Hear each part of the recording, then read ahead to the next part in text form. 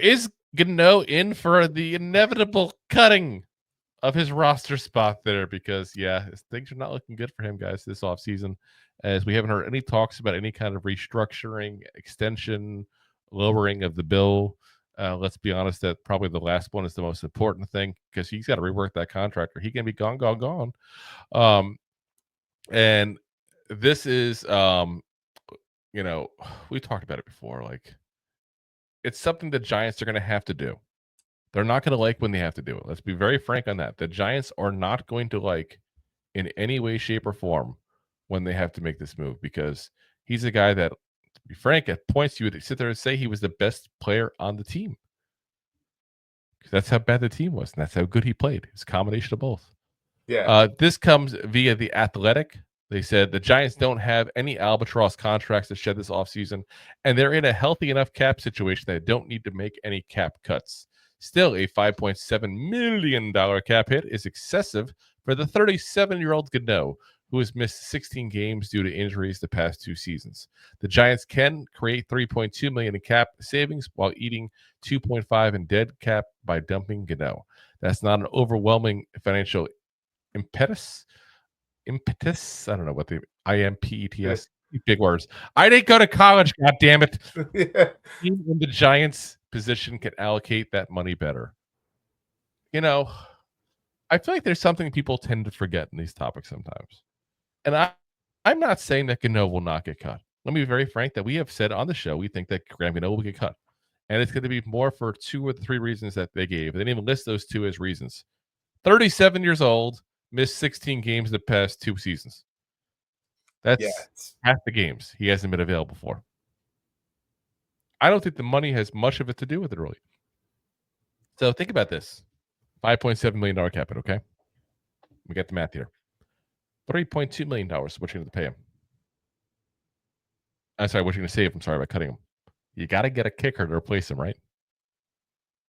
How much is that kicker going to cost? $3 million. You see where the math... Maybe less. Maybe less. I may not be a mathematologist. Just saying, I may not be the mathematologist here. Yes. And I may have not gone to college. It's a word I had trouble with in Scrabble. But, I'm just saying, the math is not mathing up here. It's crazy. You want to get rid of you want us to talk about math, right? Like you said, 37 years old. There's one of the best players on the NFL roster in the past 5 years. Until the last 2 seasons. 37 years old. $5 million. Could save $3.2 million. Could get another kicker for $2 million. It's pretty good. It's going to be there for all the games because reliability is a big thing, especially when you have to pick up players off the field. And then you pick them up for $2 million, you save $1 million, and then you have to go pick up other kickers randomly through the year and pay the money for that. So yeah. I just think when they're talking about the cap hit and the savings, they need to kind of, explain that you still have to sign somebody. You just like, ooh, I got $3 million. No, you didn't get $3 million. You got $3 million and a hole in your roster. That's going to cost you a couple $1 million to fill. Yeah. Well, the thing is, when you're not healthy, like, how many kickers did we have to pick up last year? 17. So 17 at league minimum. It just felt like that. It just felt like that. That's for sure. I mean, it was a 4 that we picked up. How many the year before? We had multiple kickers getting hurt the same week. That's how bad it was the year before. I mean, it was we got freaking Mason Crosby coming off the end of the line there of his career because nobody wanted him for a whole season. He just came out of the grocery store and just started kicking for us. Pretty much.